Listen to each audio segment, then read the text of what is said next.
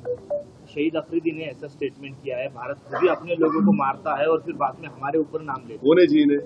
शहीद अफरीदी कौन है इन्हें? नाटक है क्या ये? छोड़ो ना, तुम क्या जोकरों का नाम ले रहे मेरे सामने, छोड़ो ना इन लोगों को।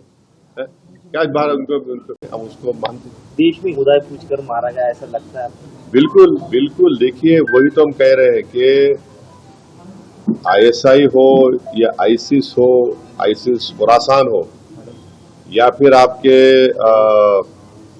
जो डीप स्टेट है या एस्टेब्लिशमेंट है पाकिस्तान का, वो तो यही चाहते हैं कि इस देश में हमेशा के लिए हिंदू मुसलमानों के झगड़े चलते रहे। तो इसीलिए उन्होंने हरकत की और उनका वहां कश्मीर में जाकर नॉन मुस्लिम को, हमारे हिंदू भाई बहनों को मारने का मकसद एक ही था कि कश्मीर को बताना चाह रहे थे कि यहाँ कोई नॉन मुस्लिम नहीं आ सकता। तो उनका मकसद वही है। तो हम पूरे देशवासियों से अपील कर रहे हैं कि आप ऐसे वक्त पे, अपनी पॉलिटिकल डिफरेंसेस होंगे, मगर आप उन लोगों को कामयाब होने मत दीजिए जो इस देश को कमजोर करना चाहते हैं, इसकी यूनिटी को कमजोर करके। कश्मीर पर जैसा कि नाम लेकर मारा गया कहा जा रहा है, तो उसी तरह से अब मुल्क में हिंदू मुस्लिम किया जा रहा है। बीजेपी निशान जो है तो नाम लेकर पूछ कर मार रहे हैं। दादर का वाकया सामने आया।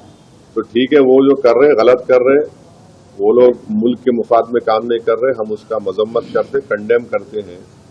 अब आपके ही डिप्टी चीफ मिनिस्टर महाराष्ट्र के, वो खुद बोल रहे कि वो जो बच्चा जो जान दे दिया अपनी, आदिल,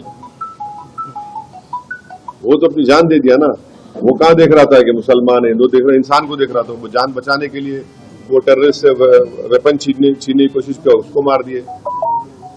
तो ये जो अगर हमारे देश में से कोई कर रहा है, गलत है, ये इसको हम कंडेम करते हैं। सरकार ने जो अल्टीमेटम दिया था कि जितने भी पाकिस्तानी हैं उनको पाकिस्तान भेजा जाए, वो चले जाए, मगर यहाँ की राज्य सरकार में जो है देवेंद्र फडणवीस बोल रहे कि पूरे गए और एकनाथ शिंदे जी बोल रहे 160 अभी बाकी है।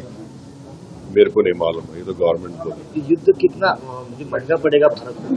अरे भाई, अभी गवर्नमेंट को छोड़ो ना, ऐसा लूज टॉक मत करिए। गवर्नमेंट का डिसीजन होगा, गवर्नमेंट पूरा सोच के फैसला करेगी। मेरा मानना ये है, सुनिए, एक मिनट सुनिए, गवर्नमेंट क्या करेगी नहीं करेगी वो गवर्नमेंट तय करेगी।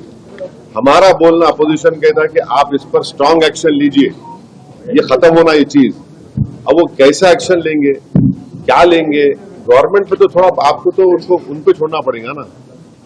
अब ये टीवी चैनल पे एंकर बैठकर ऐसा बोल रहे, ऐसा होगा ऐसा, अरे भाई ये मजाक है क्या? ये ऐसा गवर्नमेंट तय करेगी, तो क्या डिसीजन होगा वो तय करेंगे। मगर हम मेरा डिमांड ये है कि पाकिस्तान को फिर से FATF की ग्रे लिस्ट में लाना जरूरी है। फाइनेंशियल एक्शन टास्क फोर्स में उनको ग्रे लिस्ट में लाए।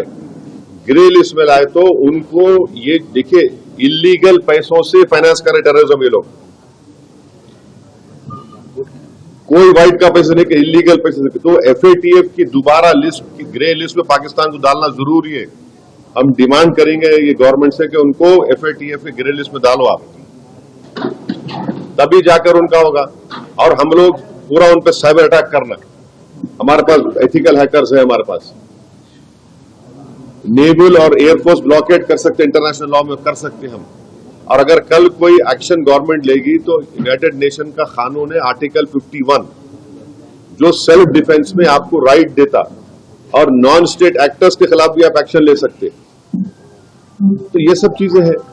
और भारत के संविधान में आर्टिकल 355 है। 355 के तहत कोई स्टेट में अगर एक्सटर्नल एग्रेशन होता तो सरकार की जिम्मेदारी उसको रोकने की।